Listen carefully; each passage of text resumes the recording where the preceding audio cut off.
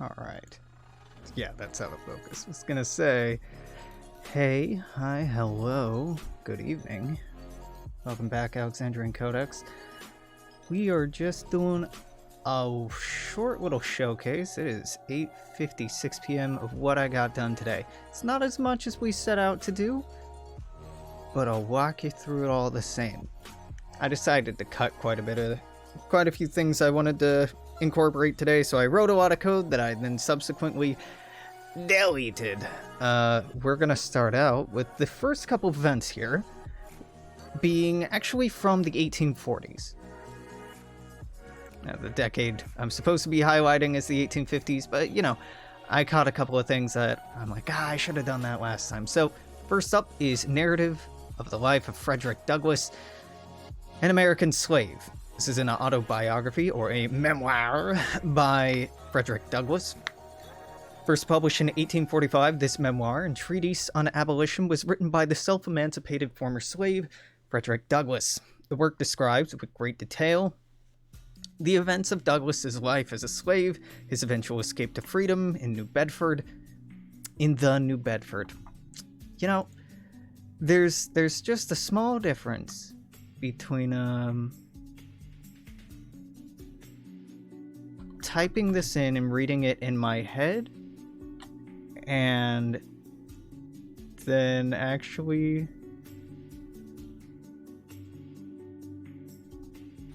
reading it aloud. So I'm glad I do this. Originally it said in the North, and then I replaced North with New Bedford and didn't fix that. In New Bedford, the book quickly became a bestseller, with 5,000 copies being sold in the first 4 months of publication alone. Douglass, a respected orator, would go on to become an indelible figure and a leader in the causes of abolition and social reform for much of the remainder of the 19th century. Did we hit our cap? Oh no, he uses a semicolon in this quote. You got me. You've seen how a man was made a slave. You will see how a slave was made a man.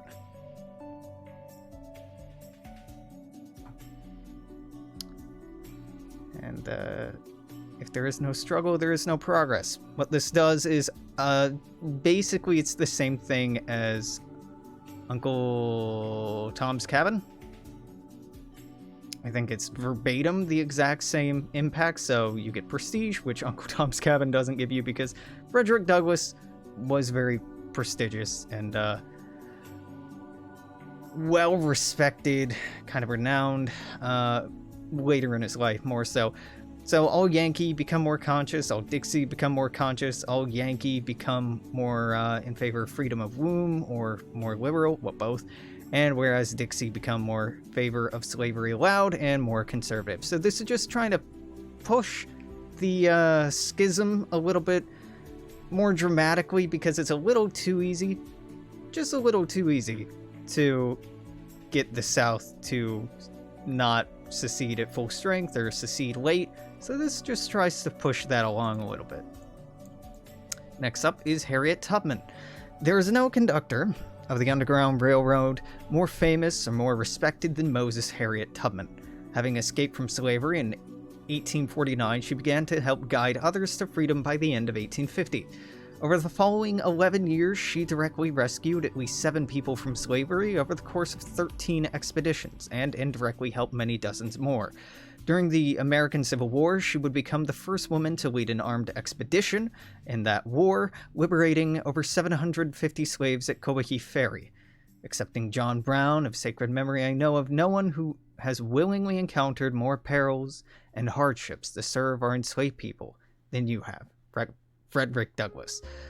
I was free, and they should be free. This is something she said as a comment for what her motivations were for turning around and rescuing more people. Harriet Tubman,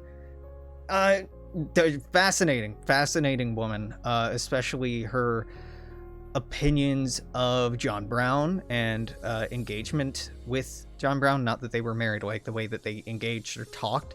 Like, they were both big proponents of addressing slavery with direct action. And Tubman was like, you know, okay, let's go in, get people, help them, get them out. Brown John Brown had this classic kind of white guy direct action approach, which is we need to use violence, we gotta be brutal and unrepentant about this, and furious and righteous in our wrath. I don't know, there's just something about that really, it echoes. It definitely echoes. And yeah, this is the youngest photo of Harriet Tubman I can find, but this is older than she is in 1849 or in much of the 1850s. I think this is in, oh god, mid to late 1850s. A lot of the photos of her, of most famous people, really most people, are at the end of their life. But when we talk about what they're famous for, her rescuing people, she was younger at the time when she was doing it.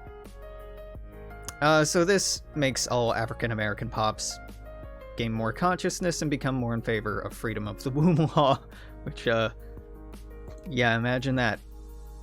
Next up is Exhibition of the Industry of All Nations, opening on July 14th, 1853, and remaining such until November 14th of 1854. The Exhibition of the Industry of All Nations aimed to showcase the industrial achievements of the world, but also to particularly demonstrate American industry as a show of nationalistic pride.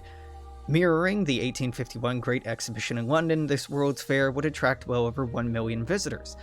Amongst its exhibits were the world's first quadricycle, or pedal car, and a demonstration of a revolutionary safety brake for use in elevators. One that's still used today, in fact. Well, improved upon and iterated on, but the mechanics are the same. It made elevators, not death traps. Hosted in New York's Reservoir Square, which was renamed like 3 years later. William Walker's War. After failing to secure a grant from the Mexican government to establish an American colony in northern Mexico, the American lawyer and physician William Walker became determined to seize the land by force. On October 15th, 1853, William Walker and a militia of 45 men set out to conquer Baja California and Sonora from Mexico and effect their annexation into the United States as a slave state. Without support from the American government, Walker's attempt would fail, resulting in being taken to court in California for violating the Neutrality Act of 1794.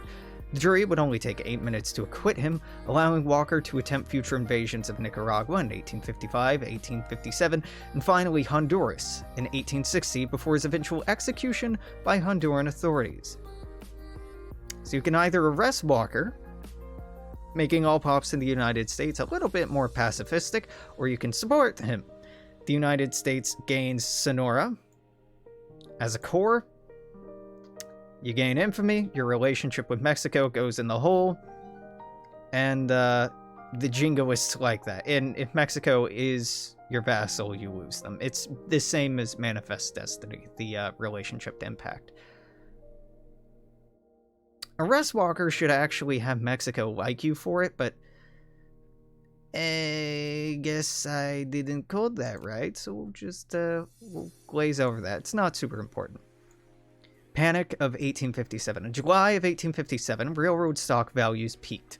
In March, the U.S. Supreme Court found that the Missouri Compromise was unconstitutional and that the federal government could not prohibit slavery in United States territories, leaving financial and political futures of those lands uncertain investments. As further investments dried up, stock values declined. 6 major railroad companies shut down.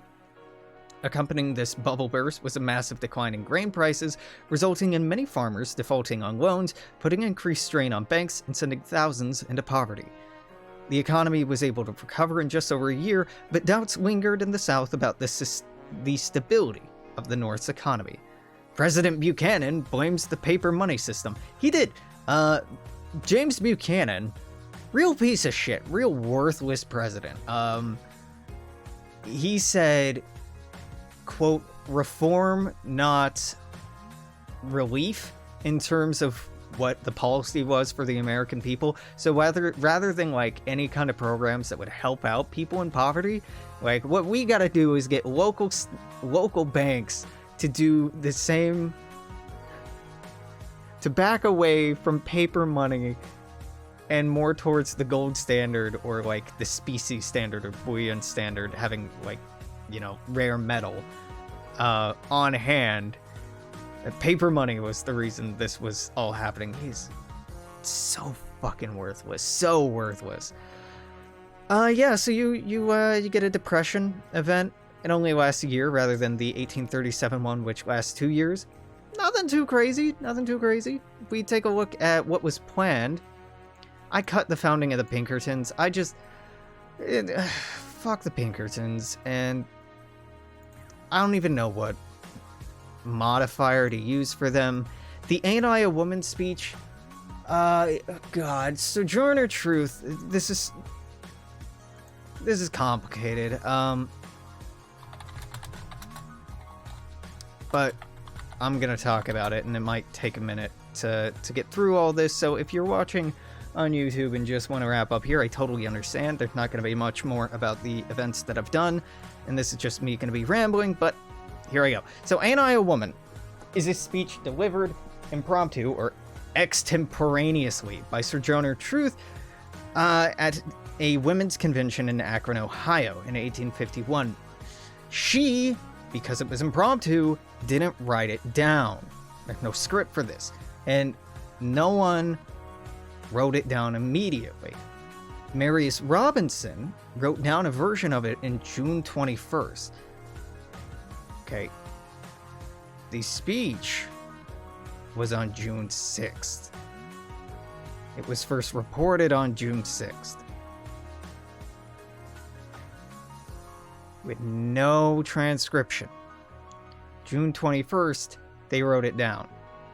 I don't know about you, but 3 weeks after hearing someone speak, or 2 weeks after hearing someone speak, I could not write it verbatim, even if it were my own speech.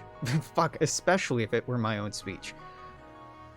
Then, in 1863, 12 years after the fact, Gage writes a version of it. And this is the popular version. Matter of fact, this is the version I had to read in college. And at the time, I thought it was really weird, and I didn't know how to express it, and it frustrated me. And we'll get into it. So, Sojourner was a friend of Robinson.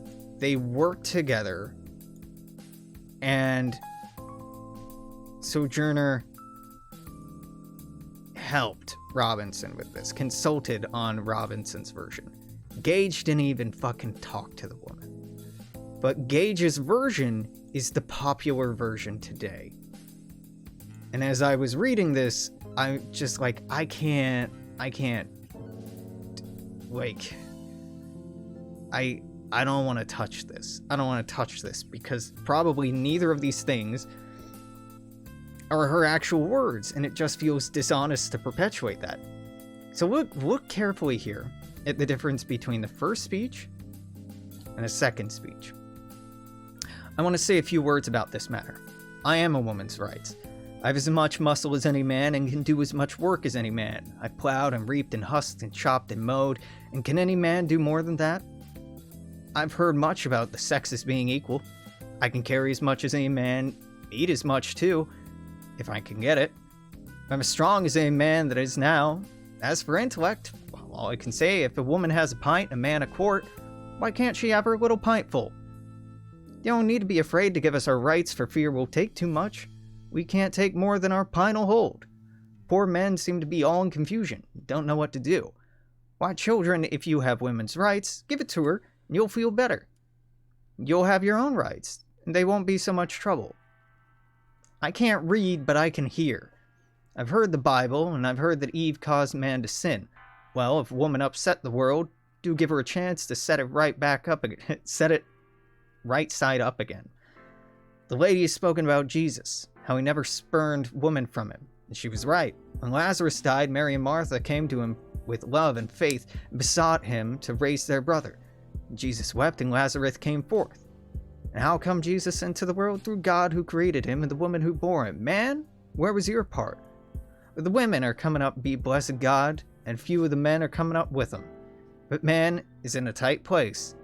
Poor slaves is on him. Woman is coming on him. And he is surely between a hawk and a buzzard. Okay, kind of like religious and like definitely suggests a certain kind of education, but cogent, clear, articulate, educated, right? Educated in a non-fetishistic way, right? This is just like a faithful recreation of a pretty normal way to speak. It's of the time, but it's pretty normal. Then we got Gage, who not only describes it, Gage, she also fucking dramatizes the whole goddamn scene. And the differences between Robinson's recollection of the account and Gage's are dramatically different. Robinson talks about how everybody seemed rather polite, like they were quiet, nobody was making a big deal about it. This African-American former slave speaking at a conference that was probably mostly white women, whereas Gage makes it, oh my god, seems so fucking dramatic, probably because it's more interesting to read. The leaders of the movement trembled on seeing a tall, gaunt black woman in a gray dress and white turban, surmounted with an uncouth sunbonnet, march deliberately into the church, walk with the air of a queen up the aisle, and take her seat upon the pulpit steps. A buzz of disapprobation was all heard over the house, and there fell on the listening ear an abolition affair, women's rights, and I'm not reading that word. I told you so. Go it. I'm not reading that word either. Again and again, timorous and trembling ones came to me with earnestness. Don't let her speak up, Mrs. Gage. It'll ruin us. Every newspaper in the land will have our cause mixed up with abolition, and I'm not reading that word, and we shall be utterly denounced. My only answer was, we shall see when the time comes. Second day, work waxed warm. Methodist, Baptist, Episcopal, Presbyterian, Universalist minister came in to hear and discuss resolutions presented. One claimed superior rights and privileges for man on the ground of superior intellect. Another, because of the manhood of Christ. If God had desired the equality of woman, he would have given some token of his will through birth, life, and death of the Savior. Another gave us a theological view of the sin of our first mother. There were very few women in those days who dared speak in meeting, and the august teachers of the people who were seemingly getting the better of us, while the boys in the galleries and the sneering among the pews were hugely enjoying the discomfiture, as they supposed, of the strong-minded. Some of the tender-skinned friends, not freaks, were on the point of losing dignity. The atmosphere betokened a storm, when, slowly from her seat in the corner, rose Sojourner Truth, who till now had scarcely lifted her head. Don't let her speak, gasped half a dozen in my ear. She moved slowly and solemnly to the front, laid her old bonnet at her feet, and turned her great speaking eyes to me. There was a hissing sound of disapprobation from above and below. I rose and announced Sojourner Truth, and begged the audience to keep silent for a few minutes. The tumult subsided at once, and every eye was fixed on this almost Amazon form, which stood nearly 6 feet high, head erect and eyes piercing the upper air like one in a dream. At her first word there was a profound hush. She spoke in deep tones, which, though not loud, reached every ear in the house, and away through the throng at the doors and the windows. Lady! Gage! What are you doing? She's fetishizing the fuck out of Sojourner. She's making such a point to go like, oh, she's black. Did you know she's black? People don't like black people. And, 1863, right? This is... There do be a small, domestic conflict going on in the country at the time. So... I think she's over-dramatizing it. I really do. I think she's really overselling it, particularly because Robinson didn't say a fucking thing about any of this. According to Robinson,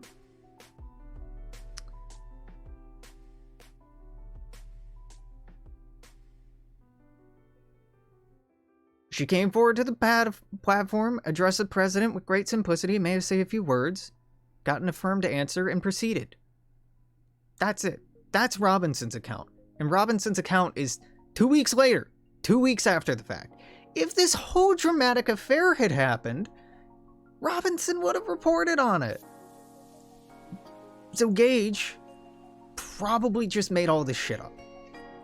Or was just doing it for, you know, the ad revenue, if you will.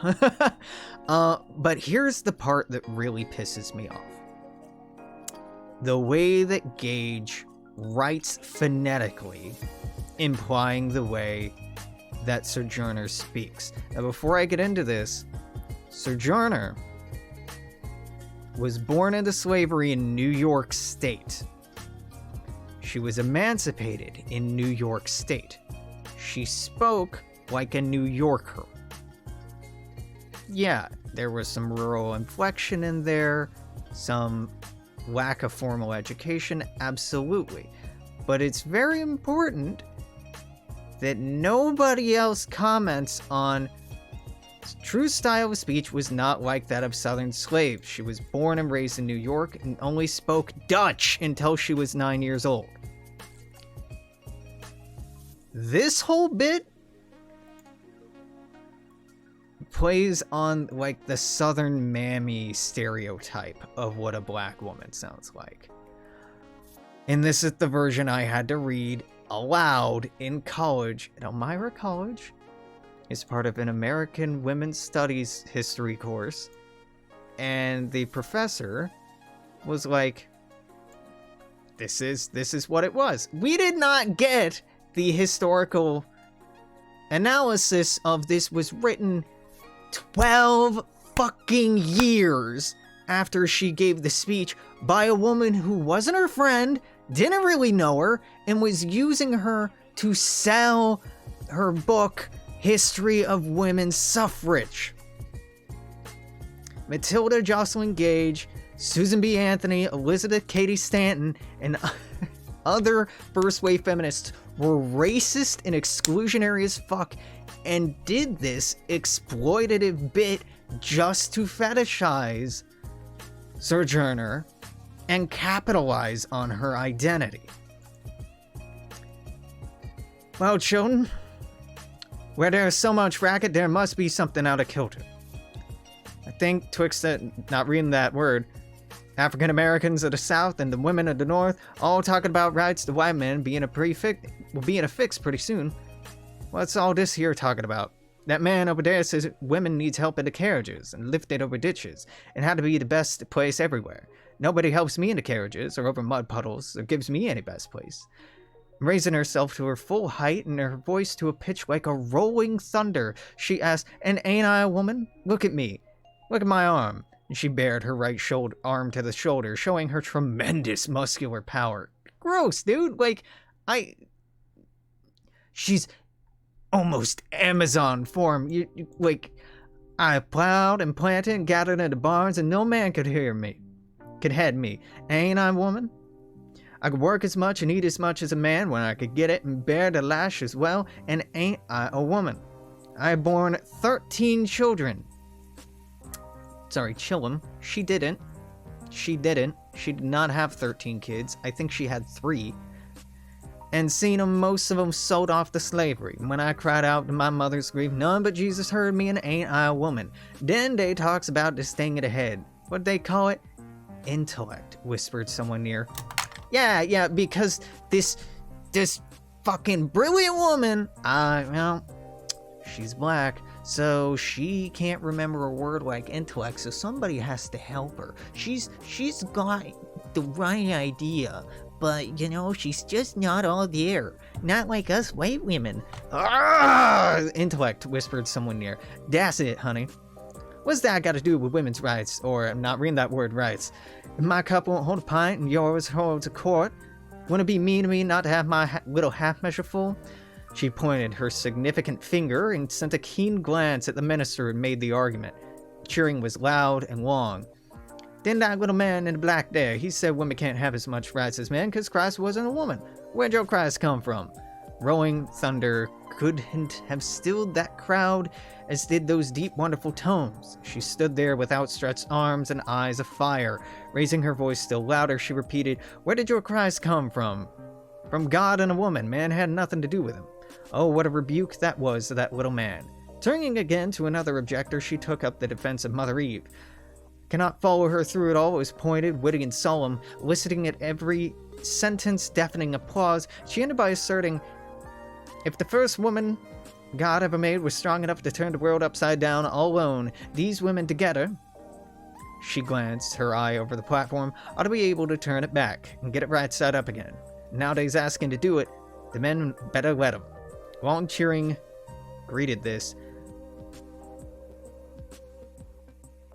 Bleed? Bleed?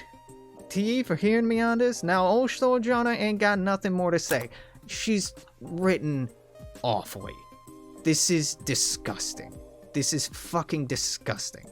And when I talk about, oh, I don't like first-wave feminists, oh, yada, yada, yada, I'm not exaggerating. I'm not exaggerating. These motherfuckers are disgusting. Susan B. Anthony is always put up on such a goddamn pedestal. I hated this class. I hated this class because all of these fucking white women who took advantage of the work, labor, and efforts of black women and excluded them from their movement. We were, you know, oh yeah, aren't they great? Aren't they significant? Shouldn't it, like, wow, how amazing are they? They're not. They suck. They're awful people. So because there's no single undisputed official version of this speech, I couldn't pull a quote, and because I was so frustrated by this being the more popular version, I just didn't want to do it. But what's interesting is, Ain't I a Woman is the name of the speech. That's alleged, right? This doesn't have the Ain't I a Woman quote in it at all. So the Ain't I a Woman thing is almost certainly fabricated. Robinson attended the convention with Truth, worked with her, and printed it as he transcribed it at the time.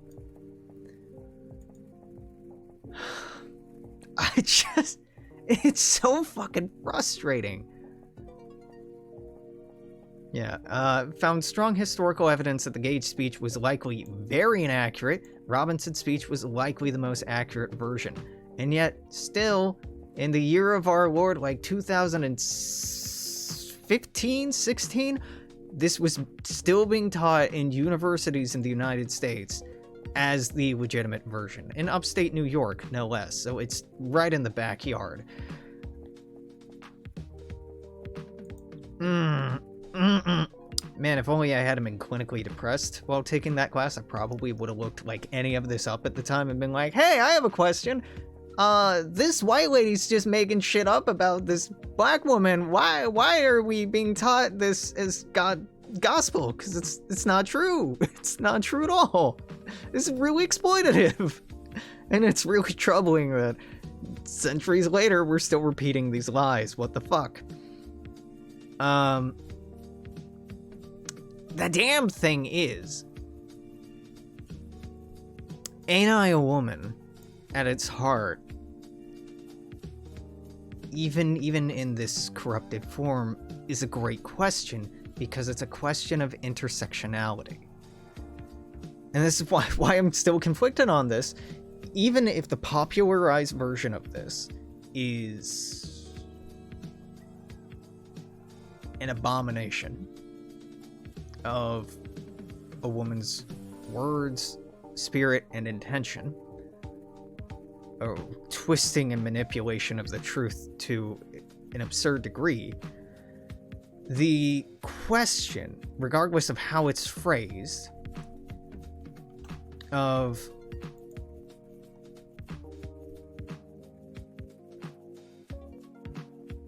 how her blackness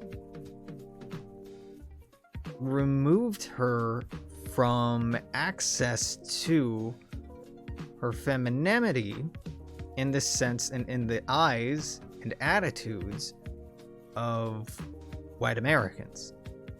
That first wave feminism, and it's so fucking ironic that Gage does it this way. Gage makes her into be a racial stereotype, trying to illustrate the point that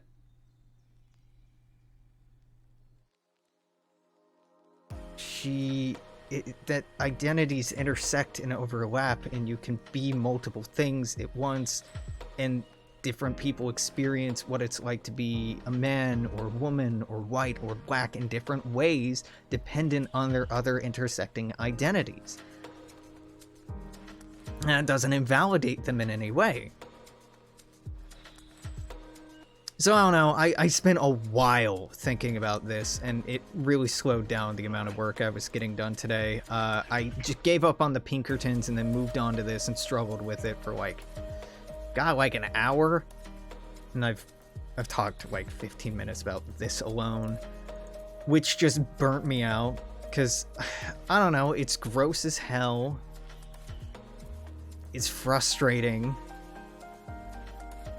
and aggravating, and I moved on to I think there was a yellow fever epidemic that I cut from Louisiana, because there were a ton of fever and cholera and whatever else epidemics, and I don't want to model all of them in right now. Maybe later, maybe. It's just kind of exhausting, and trying to make the imprecise, intentionally ambiguous pop system match up to the number of fatalities is very hard. Because, yeah, it's very, very, very hard. Yeah, also today I made it so that the Dixie song can't fire until 1859, when it was allegedly written. But Yankee Doodle can fire the entire game up to that point, and past it up to the beginning of the Civil War, because Yankee Doodle has been around since probably 1775? I can't remember. Quite a minute.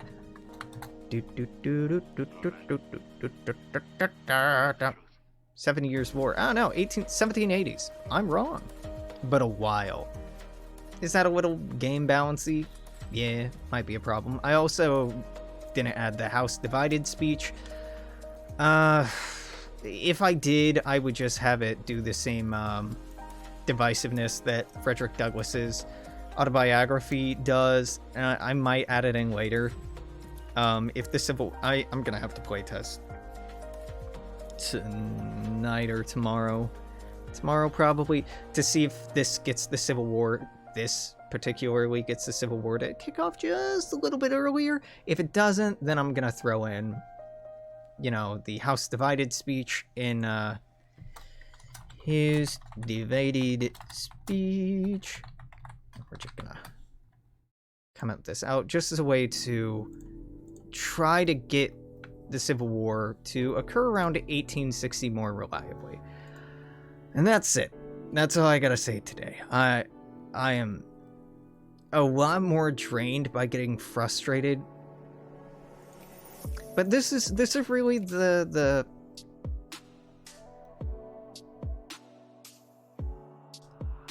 importance of studying history, is the way that it rhymes. History doesn't repeat itself, it rhymes. Like earlier when I was doing the planning stream earlier today, I was talking about, and I didn't record it for YouTube because I really don't want to be hitting YouTube with more than one, like 52 video per day. I was talking about how in 1898 there was a major split between socialists and anarchists in the United States, leading to the creation of the Socialist Party of America and the, oh god, a different party. Basically, there was the argument from anarchists that trying to organize through labor unions, trying to organize locally, it wasn't working fast enough. That they wanted to move out west to Colorado or some state out here and colonize the state, turn it into a socialist utopia. right? Start a socialist project out west somewhere. And then once they proved that socialism worked, export it to other states because you have a working model, and naturally people will want to copy you. And I went off on a rant about how stupid that is and frustrating it was to learn that when I was researching for this mod, because those same arguments are made today, and those same arguments were made in the early 19th century, even in like the 19-teens, 1920s, or 18-teens, 1820s, that, oh, we'll just set up our own little commune, and then we're gonna do so well, the rest of the world will want to emulate us. That doesn't work. It doesn't work. Now, there are some long-lasting communes in the East Coast still around today, but they haven't been emulated by the world writ large. And the reason for that is capitalism is a aggressive system. If you have anything of value that it wants from you, it will take it from you unless you can resist it. And moving out to Colorado, buying farmland and trying to, you know, Henry David Thoreau it, you're not building real power. Real power is other people. Real power is community. Real power is solidarity. Real power is, you know, in other people, not in running away and trying to live in isolation. And it's just frustrating seeing all of these lessons that history taught people who came before us. Well-intentioned people, passionate people, driven people, creative, compassionate people. And it's so aggravating to see those failures repeated and repeated and repeated.